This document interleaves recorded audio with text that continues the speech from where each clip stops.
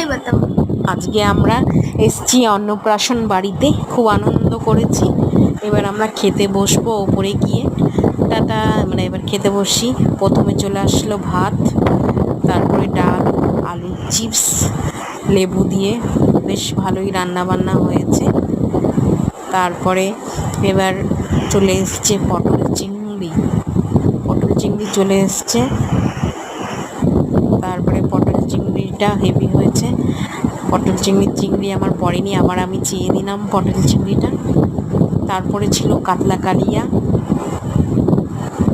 আমি লেজা নিয়ে নিয়েছি, লেজা খেতে ভালোবাসি বলে লেজার পিস নিয়েছি। বড় দেখে আমাকে একটা কাতলা মাছের লেজা দিয়েছে।